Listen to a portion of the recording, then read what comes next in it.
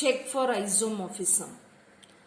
Two graphs G and H are given. We have to check out whether these two graphs are isomorphic. When we see that both the graphs are made of vertices and edges. In both the graph you have vertices, you have edges. Okay. Now when I go for checking for isomorphism, what are the conditions I have to check? The two graphs should have same number of vertices. Then the second one is it should have same number of edges. And the third one is equal number of vertices with a given degree. So in order to find this one, equal number of vertices with a given degree, we should go for mapping. Okay, let us come step by step. Now first, let us check the number of vertices and edges in each graph. In graph G, here it is graph G and here it is graph H. The number of vertices here is 6. The number 1, 2, 3, 4, 1, 2, 3, 4, 5, 6. Here the number of vertices are 1, 2, 3, 4, 5, 6. Okay. Then the number of edges here is 7. 1, 2, 3, 4, 5, 6, 7. Here also when you come across the number of edges is 1, 2, 3, 4, 5, 6, 7. So the edges remain 7. So now vertices and edges are equal. Then next we have to find the degree of each and every vertex in both the graphs. Okay, now here let it be G and here let it be H. So when I go for finding the degree of each vertex, D of A. From A, I have A to B, A to D. So degree of A is 2. Degree of A is 2. Okay. Then we go for degree of B. When I come for degree of B, it is 3. Then degree of C, it is 2. Degree of D. So D is also 3. Then degree of E, it is E, 1 and 2. Degree of F, it is 2. Now the degree for all the vertices in graph G has O. Now we'll come for the graph H. Here degree of P, it is 1 and 2. Then degree of Q, it is also 1 and 2. Then degree of R 1, 2, 3. Degree of S, 1 and 2. Degree of T, it is 1, 2 and 3. Degree of U, 1 and 2. P, Q, R, S, T, U. Okay. Now we are going to match the same degree where in which all vertices you have, you are going to match. So here it is 2, 2. Okay. When I come across here 3, here 3. For B it is 3, for R it is 3. So here it is. Okay. When D of C is 2, degree of Q is 2, we are matching it here. Then here 3, here 2 and here. So now the matching is almost okay, and we can conclude to some extent that the graph is isomorphic but not fully. For this we have to check over mapping. That is the third point.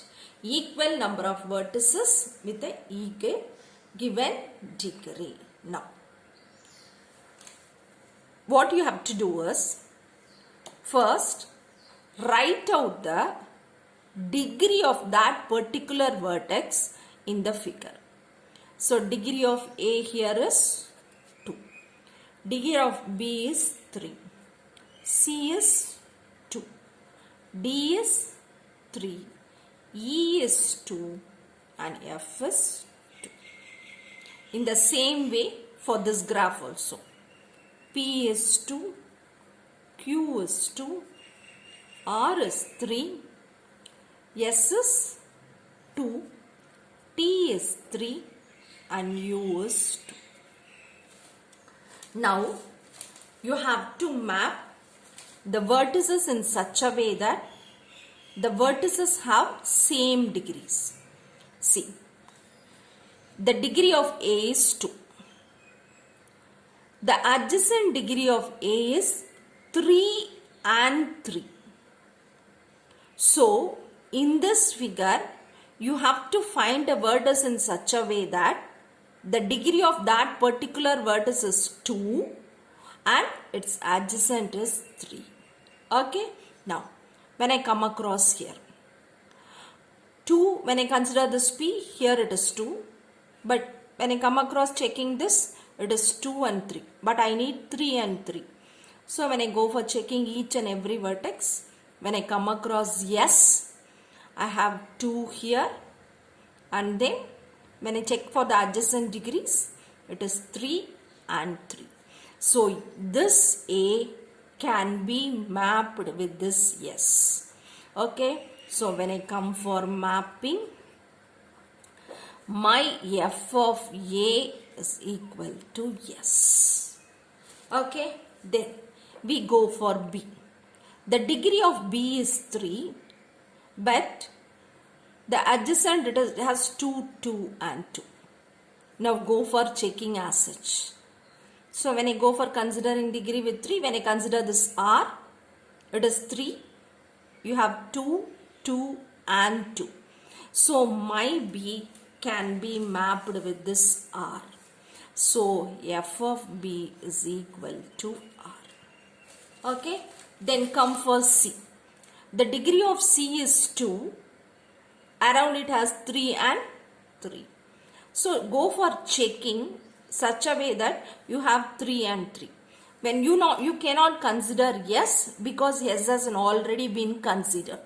S has already been considered. So go for another vertex which has 3 and 3. So when I consider this U, I am having 3 and 3. So my C can be mapped with this U. So F of C is equal to U. Okay. Again. Now I come for D. The degree of D is 3. Here I have 2 and here I have 2. And here also I have 2. Okay. So now I go for checking a vertex in such a way that I have 2. Now when I consider this R, it satisfies. But R has been already over. So I should not consider this R. Okay, now let us check another vertex. Let us consider this T. So here the degree of T is 3 and I have 2, 2 all over.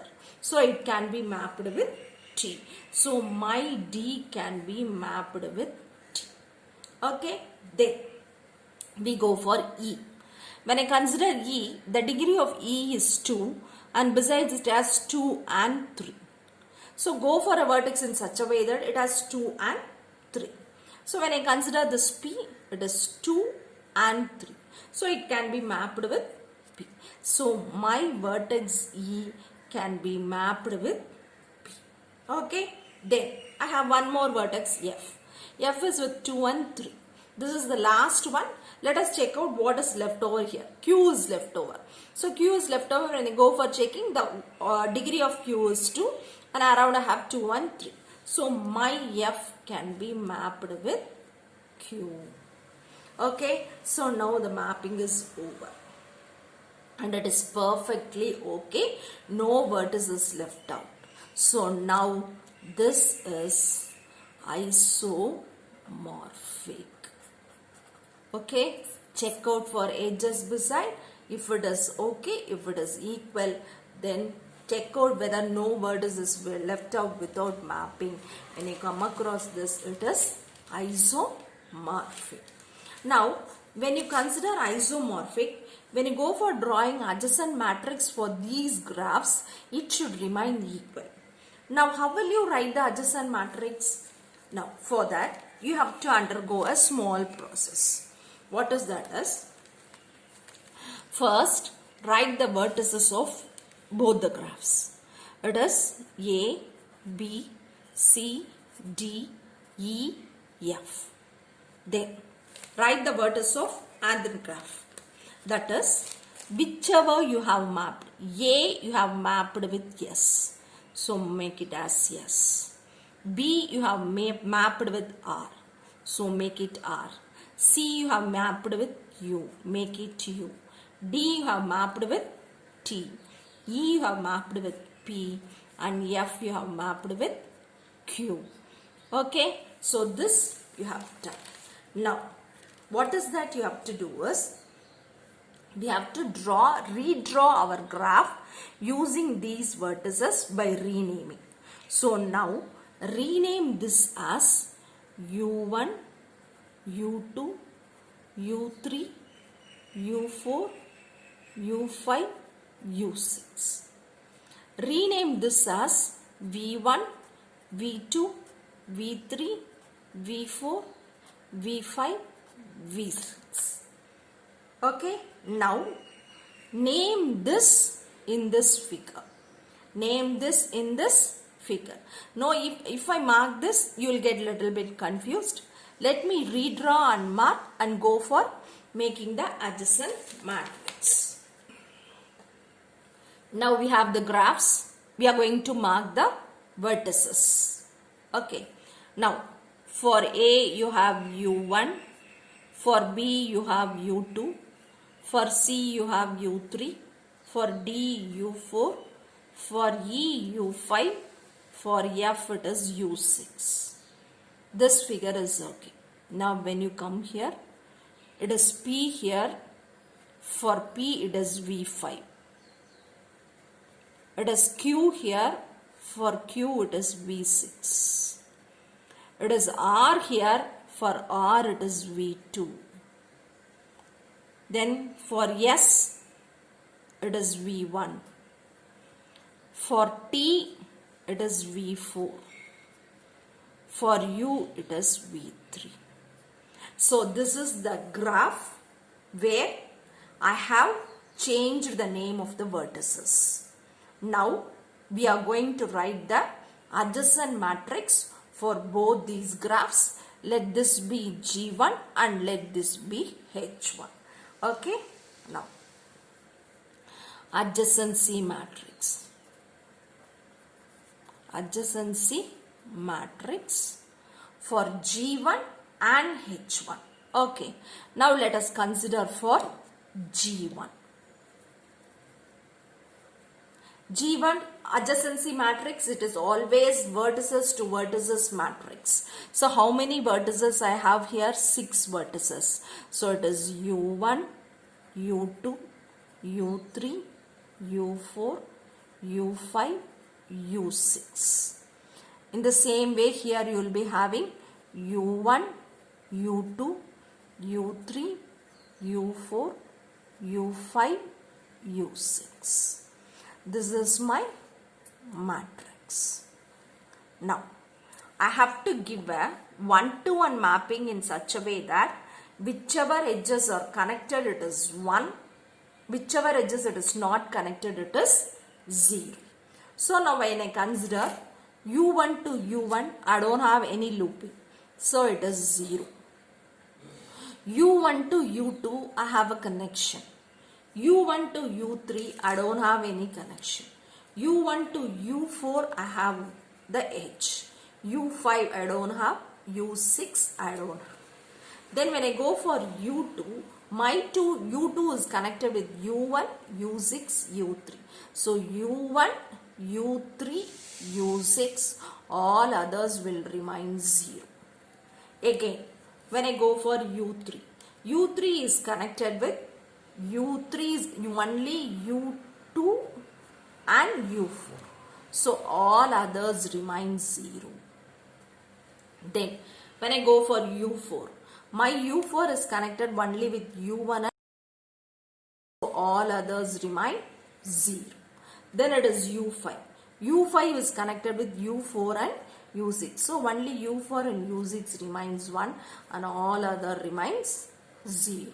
Then when I go for U6, U6 is connected with U5 and U2.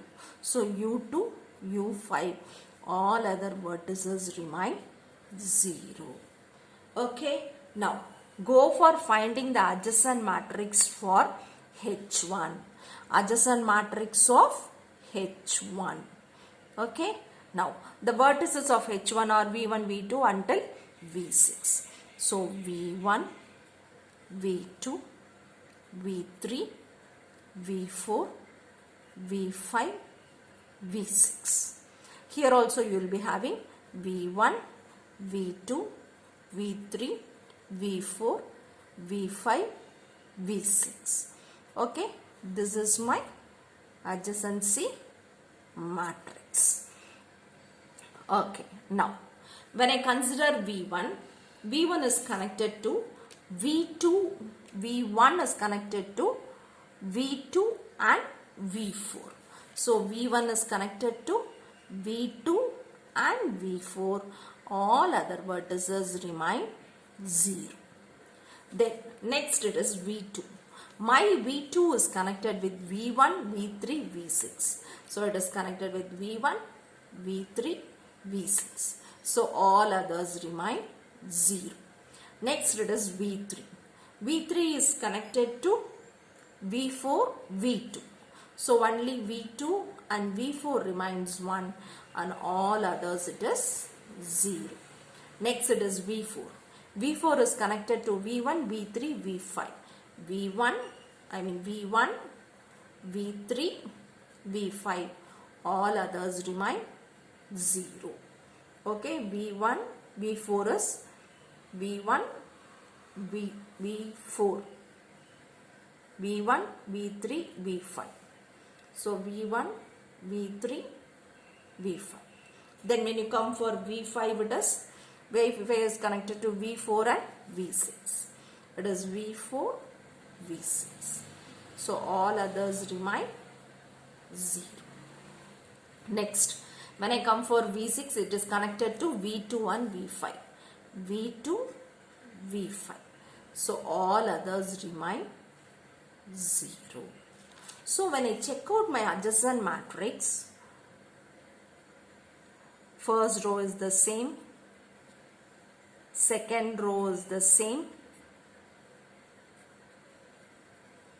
third row is the same, fourth row is the same, fifth row is the same, sixth is the same.